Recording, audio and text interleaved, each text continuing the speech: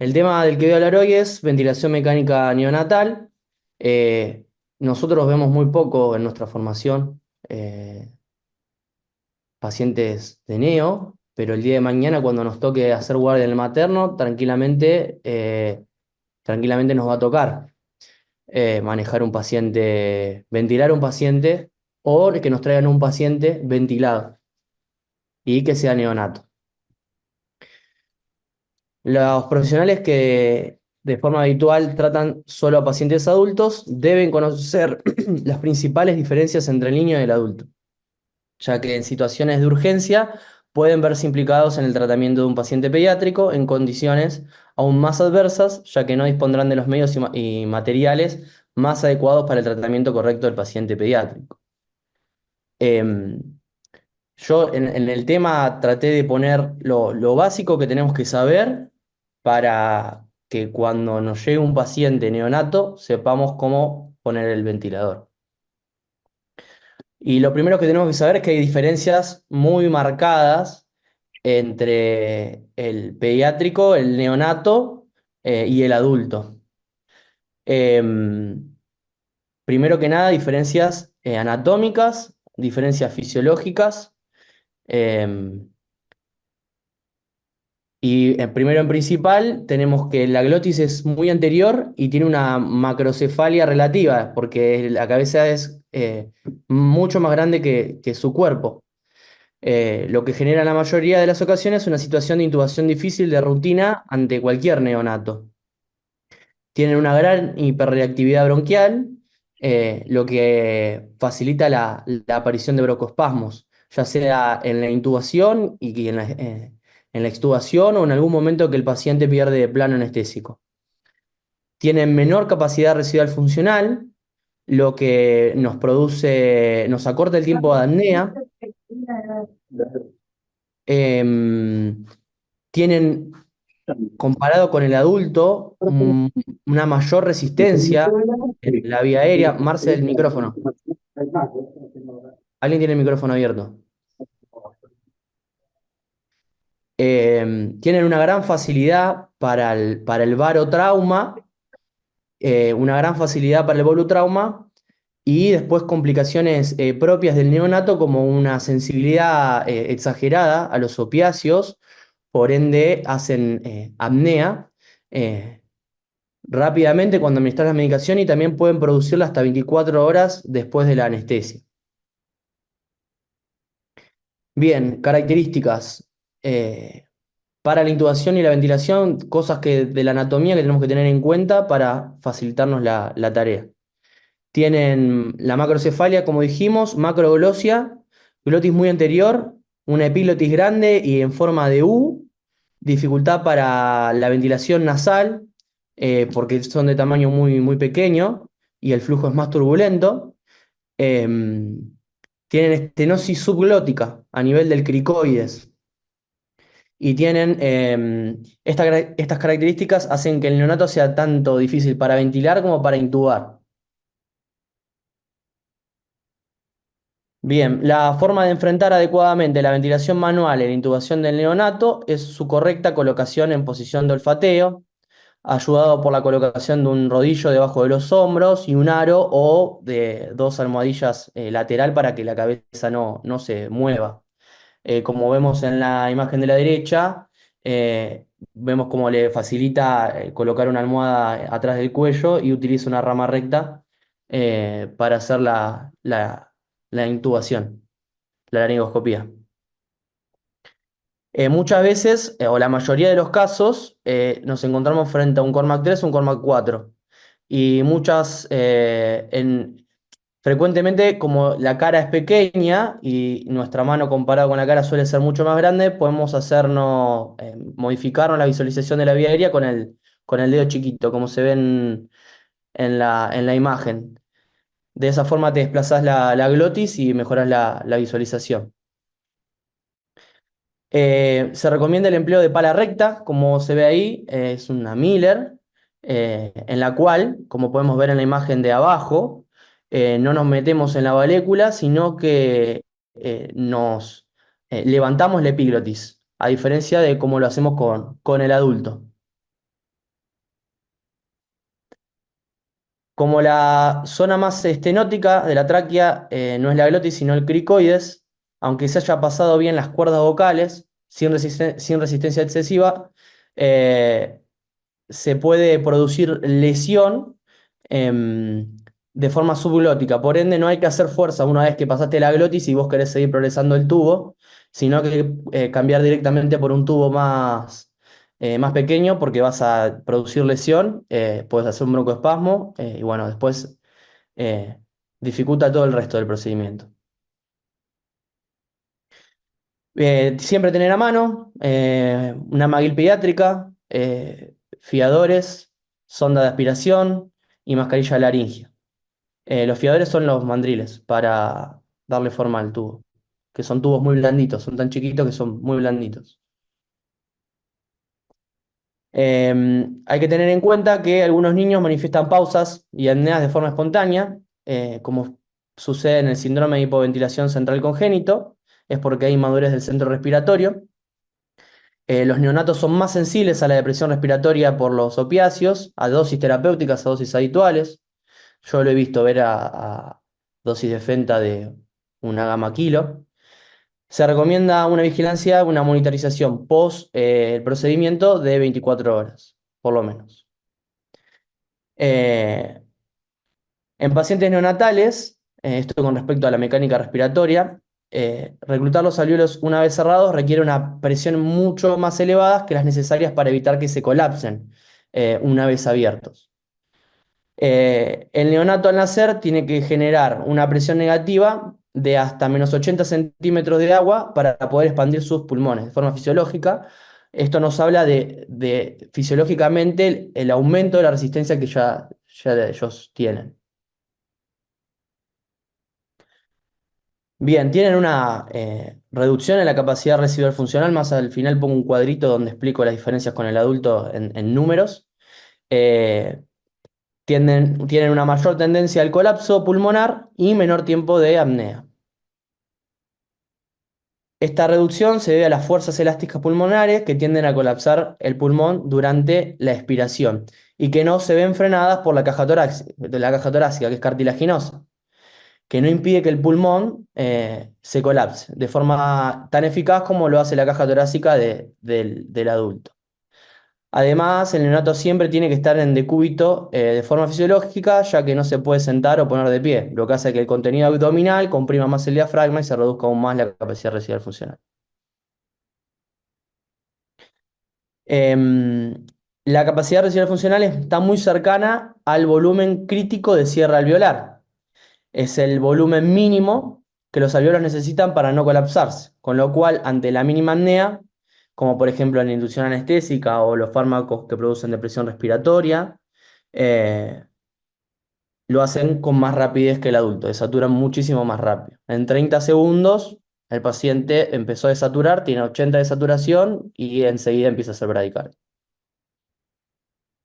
El neonato, en condiciones fisiológicas, para evitar el colapso pulmonar, realiza un cierre glótico antes del final de la expiración, deteniendo la expiración mediante el reflejo de cierre glótico o el reflejo expiratorio de Erin-Brewer, lo cual detiene la expiración antes de la obstrucción glótica.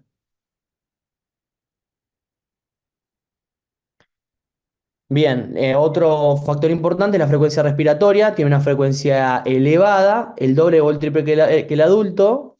Esto hace que el tiempo expiratorio sea mucho más corto que el del adulto y que se inicie la inspiración siguiente eh, antes del vaciamiento completo de los pulmones.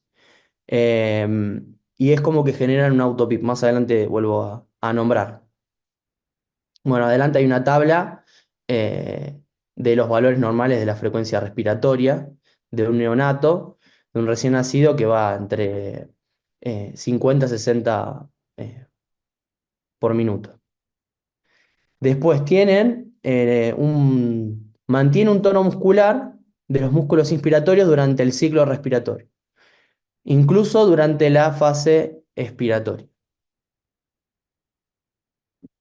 Tiene un volumen pulmonar al final de la expiración superior a su capacidad residual funcional y al volumen de cierre, generándose el mismo una autopip o PIP intrínseca de 2 o 3 centímetros de agua que mantiene al pulmón del neonato en una zona segura para evitar la formación de atelectasias durante la respiración habitual.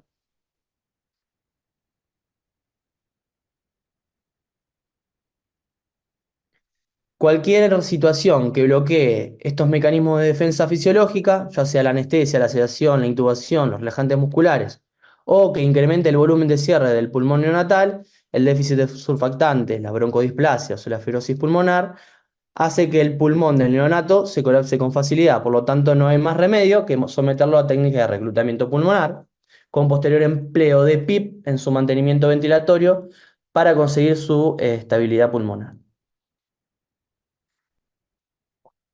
Bien, y acá están las diferencias, que el neonato tiene una capacidad residual funcional de 20 a 25 mililitros kilo comparado con 45 del adulto. El volumen corriente es muy similar, eso no se modifica.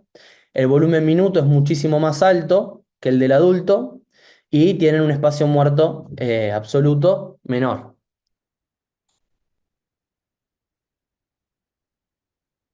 Bien, se puede decir que el pulmón del neonato se llena y se vacía mucho más rápidamente que el del adulto, entre la mitad y un tercio del tiempo que necesita el adulto. La constante de tiempo inspiratoria y la expiratoria son muy parecidas entre sí, alrededor de 0,6 segundos eh, para inspirar contra la del adulto, que es de 2,5 a 1,5. Una programación habitual de los tiempos del ciclo respiratorio en ventilación mecánica neonatal sería un tiempo expiratorio de 0,5 segundos y un tiempo expiratorio de 0,6 segundos, lo que supone una frecuencia respiratoria aproximada de 54 respiraciones por minuto y una relación IE de 1 a 1,2. Esto más adelante vamos a hablarlo, cómo determinar qué relación IE poner. Hay que observar la curva de flujo, pero aproximadamente sería este el seteo para un neonato.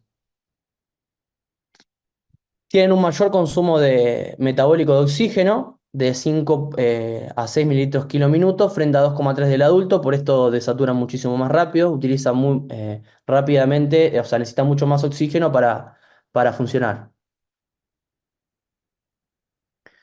El neonato compensa esta mayor demanda fisiológica de oxígeno aumentando su volumen minuto a costa de duplicar o triplicar la frecuencia respiratoria, pero manteniendo en todo momento constantemente el volumen corriente de 6 a 7 mililitros kilo que comparte con el adulto.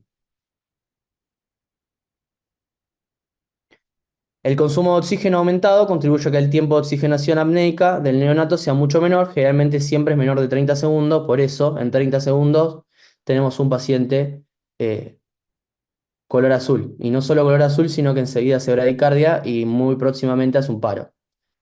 Son mucho más lábiles a esa situación. Bien, con respecto a la extensibilidad pulmonar y al tórax, durante sus primeras horas de vida presenta una extensibilidad pulmonar disminuida en comparación con el adulto, que de modo fisiológico normaliza cuando el surfactante pulmonar se distribuye adecuadamente y se aclara todo el líquido que ocupan los alveolos. La extensibilidad de la pared torácica del neonato es muy elevada eh, comparada con la del pulmón, ya que es cartilaginosa. Por eso lo vuelve mucho más proclive al neumotórax por barotrauma, ya que no tiene contención ósea para detener esa hiperinsuflación que tiene el pulmón. Lo mismo cuando se produce un colapso de pulmonar, el tórax no se comprime junto con el pulmón, ya que es una estructura muy blandita. En condiciones fisiológicas, un neonato tiene unas resistencias entre 35 y 45 centímetros de agua por litro por segundo, mientras el adulto es de 10. El grave problema que generan las vías respiratorias del neonato es que son muy estrechas, lo que provoca en diferentes puntos flujos turbulentos que incrementan aún más esta resistencia. En el cuadro de la derecha vemos cómo a medida que aumenta la edad del paciente, la distensibilidad dinámica del pulmón va aumentando. En ventilación mecánica neonatal, esta situación se agrava porque los diámetros pequeños de los tubos endotraqueales, que usamos de un número de 2,5 a 3,5 aproximadamente, generan una restricción mayor al flujo y hace que se vuelva aún más turbulento. El factor más importante en la determinación de las resistencias al flujo inspiratorio y expiratorio es siempre el diámetro del tubo endotraqueal y por eso un simple edema postintubación en el niño de 1 o 2 años puede significar un trabajo respiratorio tan importante que lo lleve a una parada respiratoria, ya que puede suponer una reducción de la luz traqueal del 50%. Y ahí vemos cómo en el cuadro de la derecha, como con la edad, esa resistencia al flujo va reduciéndose y se va aproximando a la del adulto.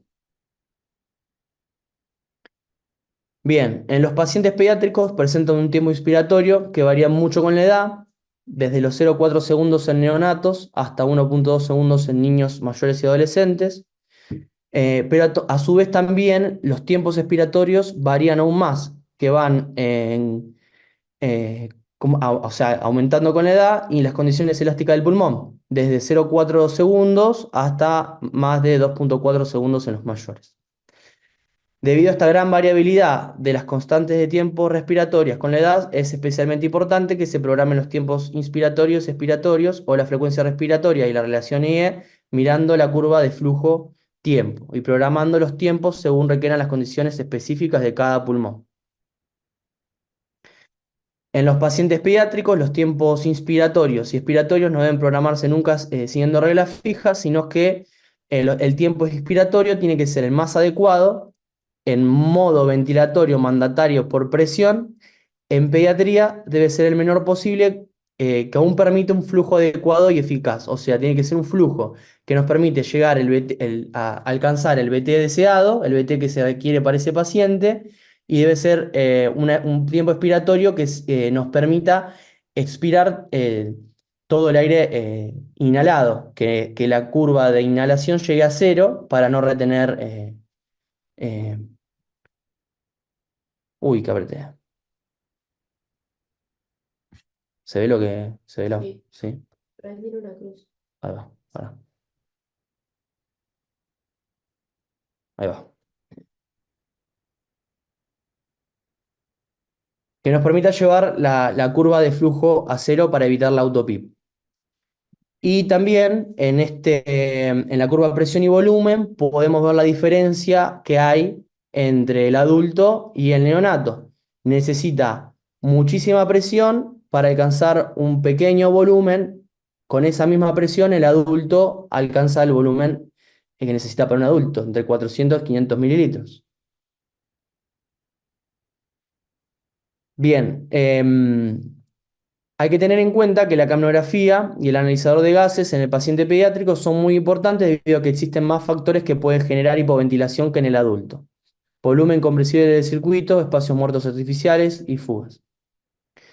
El problema es que en el niño, en la propia monitorización, la que puede generar problemas clínicos relevantes en los pacientes menores de 5 años, ya que los dispositivos que tenemos producen espacio muerto o un espacio que es un volumen de aire que no va a llegar al paciente.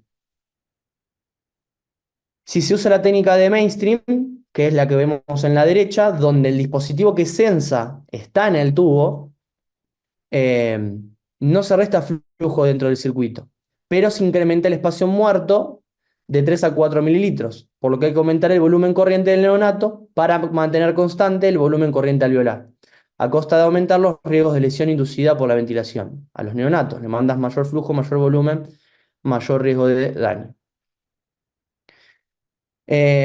Sí se utiliza el sistema SideStream, que es el que tenemos en la gran mayoría del hospital. Eh, Hay dos problemas que resolver. Es el que vemos en la imagen de la derecha, que es el dispositivo que sensa está en el monitor, entonces necesita un tubo que dirija el- el aire para poder analizarlo. Entonces, lo que pasa es que en primer lugar se incrementa el espacio muerto, hasta 4 mililitros por la conexión Luer, que añade este filtro y la pieza de NI del circuito. La forma de obviar este problema es quitar esta pieza y conectar directamente la línea de muestreo al filtro modificador neonatal. Que esto sí lo hacemos en el hospital, que debe tener una conexión LUER. La conexión LUER es la rosca. O en los niños pequeños, menores de 3 kilos, cambiar la conexión de tipo endotraqueal estándar por unas específicas neonatales, que presenta una conexión LUER para instilación de surfactante pulmonar. Y también ahora hay dispositivos que van dentro del tubo endotraqueal. El segundo problema es que genera un flujo de aspiración continuo y constante de 200 mililitros minuto. Para que este flujo disminuya la ventilación corriente del neonato, se debe incrementar el volumen corriente 2 mililitros kilo. Pero sabiendo que en esta ocasión no se pone en riesgo, no hay riesgo de volutrauma al neonato, porque esos mililitros de más no llegan al alveolo, ya que son aspirados por la línea de muestreo. Bien, ese, ¿me escuchás? Si te toca ventilar a un neonato, no tenés por qué saber la respuesta, ¿eh? Es en modo de generar una conversación y cambiar tu forma de pensarlo. O tal vez no, capaz que lo sabes. ¿Qué modo utilizarías? Yo creo que la forma más protectiva de ventilar sería por presión. Bien, perfecto. Ahora vamos a saber por qué. Para eso tenemos que saber la diferencia de flujo que hay entre el volumen y el modo volumen y el modo presión. Bien, se recomienda el empleo de los modos de presión porque se considera que se genera menor presión dentro de los pulmones que con los modos de volumen. Esta creencia choca con el principio matemático básico que define que la distintibilidad pulmonar es igual al diferencial del volumen que se obtiene al aplicar un incremento de presión en su interior. Si la distintibilidad pulmonar es constante y no varía, o sea, siempre es igual, matemáticamente hablando, daría igual aplicar un determinado volumen para obtener un incremento de presión, que justo al revés sería que al aplicar ese mismo incremento de presión, el resultado sería el mismo volumen. Por lo tanto, matemáticamente hablando, da igual ventilar por presión que por volumen para unos mismos pulmones con una extensibilidad determinada. Pero lo que pasa es que cuando se ventila por presión, el flujo que emplea la máquina durante el tiempo inspiratorio es desacelerado. Hace un pico y luego empieza a bajar rápidamente. Eh, o sea, primero es muy rápido y se hace cero al final del tiempo inspiratorio. Y cuando se ventila por volumen, la máquina emplea un flujo elevado y constante durante todo el tiempo inspiratorio. Como se ve en la imagen de la derecha, a la izquierda es el flujo por presión y el de la derecha es por volumen.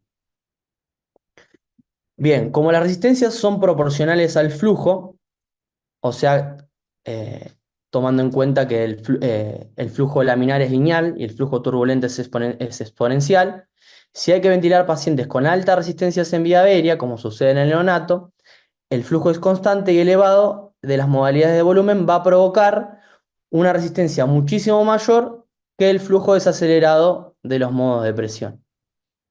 Por este motivo, se puede observar que en los modos de volumen, que la presión pico, incluso a veces la presión plató, son más elevadas que la presión máxima obtenida en modos de presión para entregar un mismo volumen.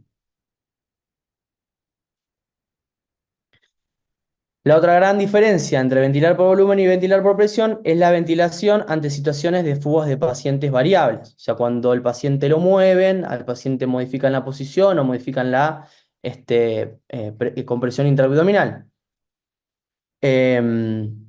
O, por ejemplo, cuando utilizamos tubos que se usan en el neo muchas veces y muchas veces ya vienen de la neo con tubos sin balón, que no aseguran una coartación perfecta, no sellan bien la vía aérea, entonces se producen fugas. Ante fugas, los modos de presión son siempre útiles para asegurar una adecuada ventilación, ya que por definición la presión siempre compensará las fugas por más altas que éstas sean. Bien. Eh, em, El gran inconveniente que presentan los modos de presión, especialmente dentro del quirófano, es que no se garantiza de ningún modo el volumen corriente suministrado a los pulmones del paciente. En quirófano estos fenómenos especialmente son peligrosos ya que el niño está siendo continuamente manipulado por el cirujano. Cualquier presión que ejerza sobre el tórax o el abdomen del niño va a hacer que se reduzca bruscamente el volumen corriente. Eh, lo mismo pasa si cesa esa presión y se ha incrementado la presión máxima con anterioridad. Esto aumenta el riesgo de hipoventilación y el riesgo de barotrauma o volutrauma. Bien, ¿qué es lo que se fue mejorando con el tiempo? Se llegó a conseguir un modo ventilatorio que se llama presión con volumen garantizado. Es una modalidad ventilatoria por presión que ha sido modificada con la adición de un microprocesador que ajusta la presión para asegurar un volumen corriente objetivo.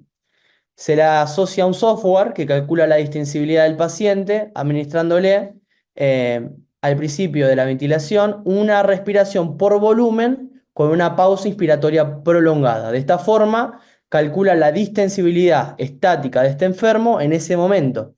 Y a continuación pasa a una ventilación por presión con la presión máxima que precise ese paciente según el volumen que se le programe al respirador. Como la extensibilidad del paciente puede ir variando en el tiempo, la máquina recalcula continuamente si se precisa subir o bajar la presión máxima automáticamente para seguir entregando el volumen corriente pautado. El médico selecciona un objetivo de volumen corriente, el tiempo inspiratorio y un límite máximo de presión inspiratoria. La presión inspiratoria disminuye con la mejora en la distensibilidad pulmonar y el incremento del esfuerzo respiratorio espontáneo del bebé o autodestete.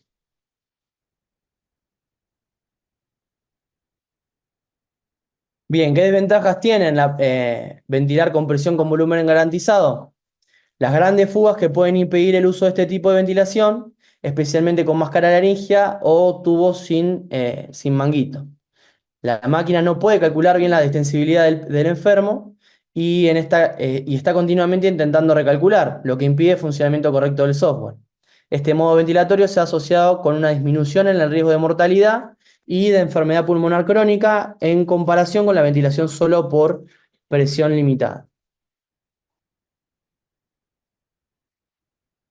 Bien, después, eh, la ventilación con presión soporte.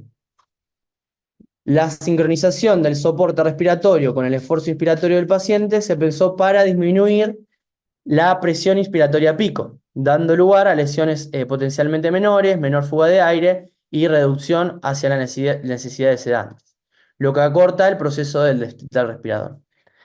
Sin embargo, la ventilación sincrónica neonatal no parece reducir significativamente la tasa de mortalidad o la incidencia de displasia broncopulmonar. El soporte de presión en anestesia pediátrica ambulatoria puede programarse de forma sencilla. Un trigger de 0,5 litros minuto y soporte de presión de 10 centímetros de agua para niños mayores de 10 kilos o de 15 para menores de 10 kilos. Guiándonos por la edad o por el peso del paciente y por la resistencia medidas en la vía aérea. Es el modo de ventilación de elección dentro del quirófano cuando el tipo de cirugía no contraindique conservar la ventilación espontánea eficaz del enfermo. A la derecha arriba vemos cómo el ventilador eh, detecta eh, que inicia el paciente una ventilación y enseguida soporta mandando una asistencia a la ventilación del paciente.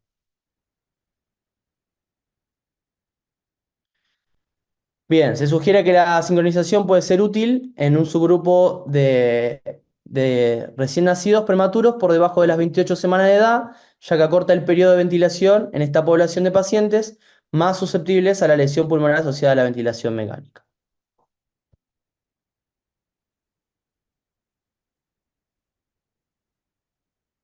Bien, algunas cosas a saber con respecto a la máquina de anestesia y al sistema circular. El circuito circular debe tener los siguientes componentes que el circuito abierto no tiene. O sea, por esto usamos estas máquinas en anestesia y no utilizamos un ventilador eh, de terapia intensiva. El volumen interno del circuito que tiene que oscilar, de una máquina oscila entre 4,5 a 8 litros. Tiene que tener un reservorio de gases, ya sea una concertina o una bolsa. Tiene que tener una válvula de sobreflujo, válvula pop-off o la válvula de APL que tenemos nosotros. El caníster o absorbedor de CO2 y un generador de flujo independiente de la toma de gases, ya sea un pistón, una turbina o una concertina. La máquina de anestesia dentro tiene un volumen interno. Este volumen interno, volumen comprensible, cuando se setea el ventilador no se compensa ni se resta y lo que hace es disminuir el volumen corriente que llega al paciente. Pero si tenemos, o sea, por ejemplo, si tenemos que ventilar a un niño de 10 kilos con una máquina de anestesia que tenga un volumen comprensible o de distensibilidad se llama, que es de 5 centímetros de agua, cuando programamos un volumen corriente de 10 mililitros, si la presión que alcanza es, por ejemplo, de 20 centímetros de agua, el volumen comprimido y atrapado dentro de la máquina es de 100 mililitros. O sea, el 100% del programado no va a llegar al paciente. Eso va a producir hipoventilación. Esta es la causa principal por la que las máquinas de anestesia con sistema de compensación no eficaces hipoventilan en modalidades de volumen a pacientes de baja extensibilidad dinámica. Por eso máquinas viejas no están recomendadas utilizar a pacientes que se necesita administrar muy poco volumen. Van a ver cuando van al materno que hay ciertas máquinas que no se utilizan directamente para neo. Si se ventila por presión en vez de por volumen y se incrementa la presión máxima hasta conseguir el volumen corriente adecuado al peso de este niño, podrá ventilarse de forma segura al paciente, aunque el sistema de compensación no funcione adecuadamente. De alguna otra forma, cuando ventilamos por presión, este mecanismo de error que tiene estos sistemas de distensibilidad, hasta cierto punto pueden ser compensados. Bien, ¿cuáles son los objetivos que debemos intentar lograr con la ventilación para nuestros pacientes? Primero, pulmones abiertos, o sea, los dos pilares son pulmones abiertos y protección pulmonar. Pulmones abiertos nos referimos al reclutamiento alveolar. Y está comprobado que la maniobra más prudente y con mejor balance riesgo-beneficio en el paciente pediátrico sería la maniobra de ventilación de control de presión, colocando un delta de presión de 15 centímetros de agua y una PIP que sería incrementando de 5 en 5 centímetros de agua. El delta de presión mantendría un volumen corriente mínimo adecuado durante toda la duración de la maniobra. En cada escalón de incremento de PIB se comprobará la presión arterial. Tenemos que ver si está produciendo una repercusión hemodinámica o no. E incluso podría pararse esta maniobra a tiempo si existiese una caída de la presión arterial mayor al 20%. Y luego hay que seguir subiendo de presión hasta alcanzar en los pacientes con pulmones patológicos una PIB de 15 centímetros de agua y una presión máxima de 30 centímetros de agua. Em, y esto se podría aumentar en los pulmones más difíciles de reclutar hasta alcanzar 20 a 25 centímetros de PIB y 30 a 40 centímetros de presión máxima. Por último, se irá descendiendo las presiones hasta calcular el punto de inflexión inferior sobre la rama expiratoria, volviendo a repetirse la maniobra de reclutamiento para poder volver a abrir los pulmones y dejar pautada la PIB de mantenimiento por arriba de 2 centímetros de agua por arriba de la PIB calculada. La PIB en la cual hizo esa apertura, tenemos que dejarla por 2 centímetros de agua por encima. Bien,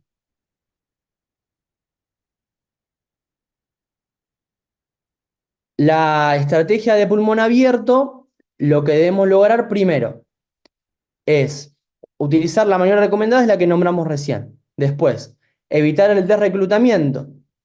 En nuestro caso no es lo más, no, o sea, no es lo más a mano que tenemos, pero una es poner el paciente en posición en prono, emplear FIOS bajas, ideal no superar los 0,65 eh, de FIO.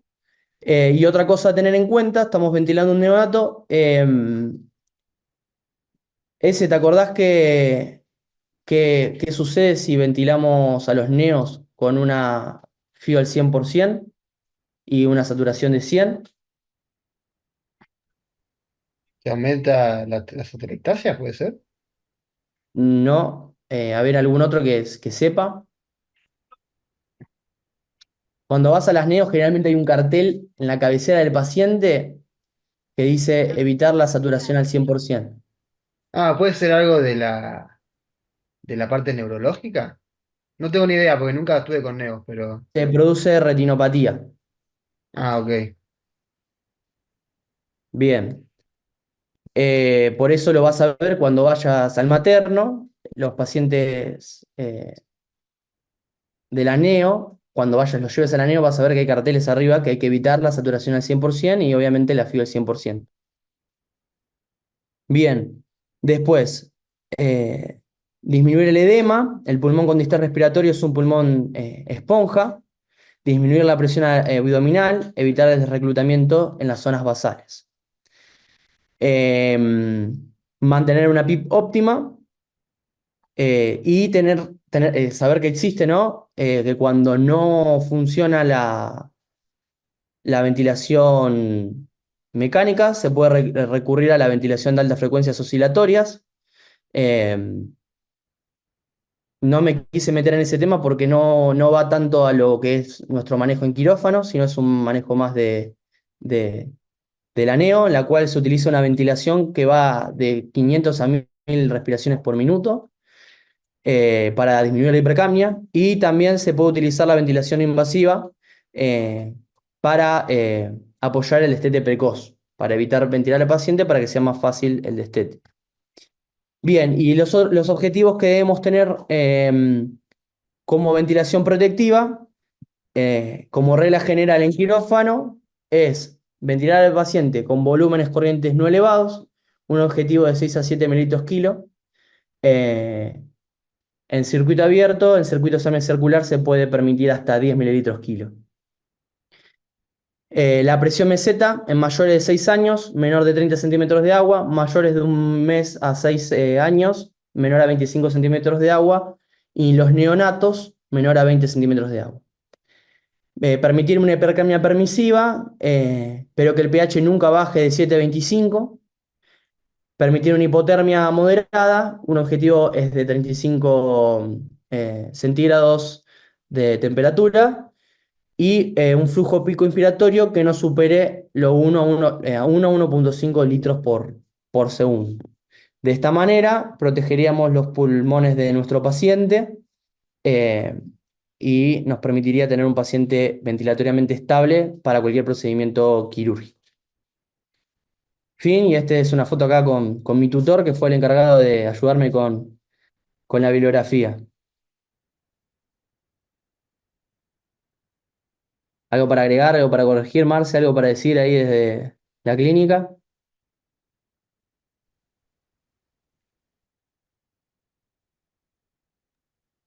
Qué Mira, grande, muy bien, Felipe. Pepe. El, si- Es- el silencio es absoluto. Qué grande, Uranga. Sí, Pepe. No, muy bien. Bueno, digo para las chicas que, las de primer año, que son temas que no tienen por qué entender desde ahora, pero está bueno que entren en conocimiento, que vayan escuchando. Lo que pasa es que los R4, obviamente, van a ser pediatría y tienen que ver temas un poco más complejos, así que no tiene sentido que vos estés preparando anestesia raquídea. Así que me pareció que elegiste muy bien los contenidos. Y no se olviden, mira, yo en el materno, cuando empecé el primer año del mandato, tenía que hacer las retinopatías de los prematuros y me mandaban a hacerlas a la máquina, el quirófano 1, que era una máquina que tenía solamente volumen control, una máquina vieja. Y ya no, antes no era como ahora. Solamente teníamos en el 3 la máquina nueva, donde hacían los neuros. y la Bondesio hacía los retinopatías con la máquina que tenía volumen control.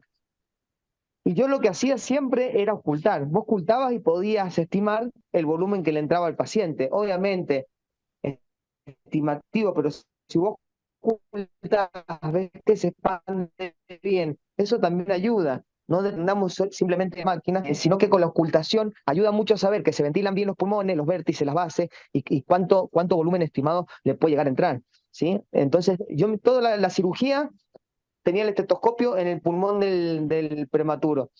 Y eso te da cierta seguridad para hacer una cirugía que dura aproximadamente 1 o 2 horas y que tenés un ventilador que no te da los parámetros adecuados para una ventilación de un paciente neonato.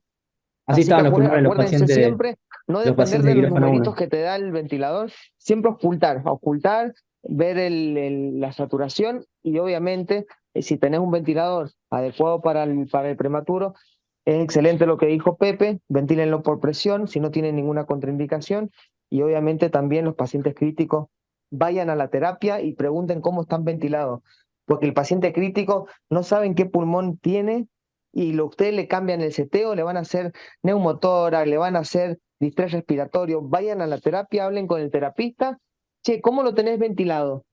Y así lo tienen ventilado durante semanas o meses, no se les ocurra cambiarle la ventilación, porque así lo estudiaron y lo setearon. Entonces, acostúmbrense a ir a la terapia y preguntar cómo está ventilado, ¿sí? Eso es algo, pero primordial. Bueno, Pepe, excelente la clase. No sé si quiere alguien agregar algo más. Me Marce, pareció muy bien en la selección de material.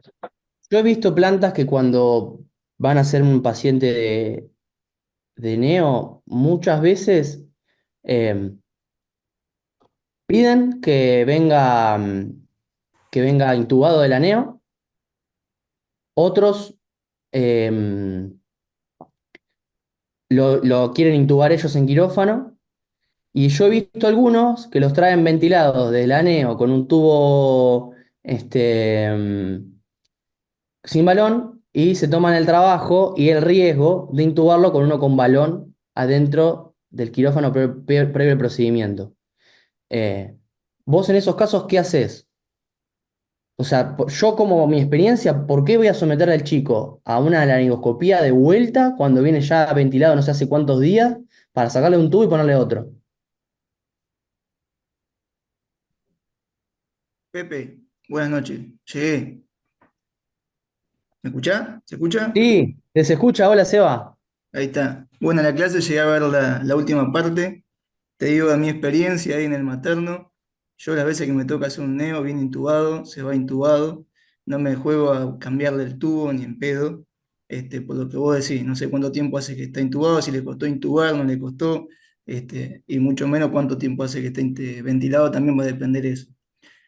Eh, de lo que vos preguntás eso, y quería agregarle, no sé si lo dijiste o han tenido la experiencia, de alguna vez si te toca un neo, que sea, o sea, menos de 30 semanas, eh, de 30 días, perdón, y le desatura, y vos decís, estoy ventilando bien a 7 mililitros kilo, a veces te pones 10 mililitros kilo porque decís que la máquina no te está compensando eso que vos pensaste que compensa, y lo ventilaba a 10, igual desatura, y recién lo intubaste, eh, y vos lo ocultás y tiene buena entrada bilateral de aire, muchas veces poniendo una sonda nasogástrica o orogástrica, empieza a ventilar mejor. Porque cuando nosotros ventilamos el neo, siempre aire le va a entrar al estómago y eso nos va a ocupar mucho volumen que podría ocupar el pulmón. Eso también es importante para tenerlo en cuenta. Pero después muy bien lo que Bien. dijiste. La otra cosa al final, que hoy ya no se tiene tanto en cuenta la presión meseta como parámetro de buena ventilación. Viste que pusiste 20 creo que, centímetros de Sí, agua al final. Hoy ya es más la driving pressure, la diferencia de presión, buscarla menor a 15 tanto pediátrico, neo o adulto, el menor a 15 eso. bien, excelente. Gracias, Seba. No hay nada.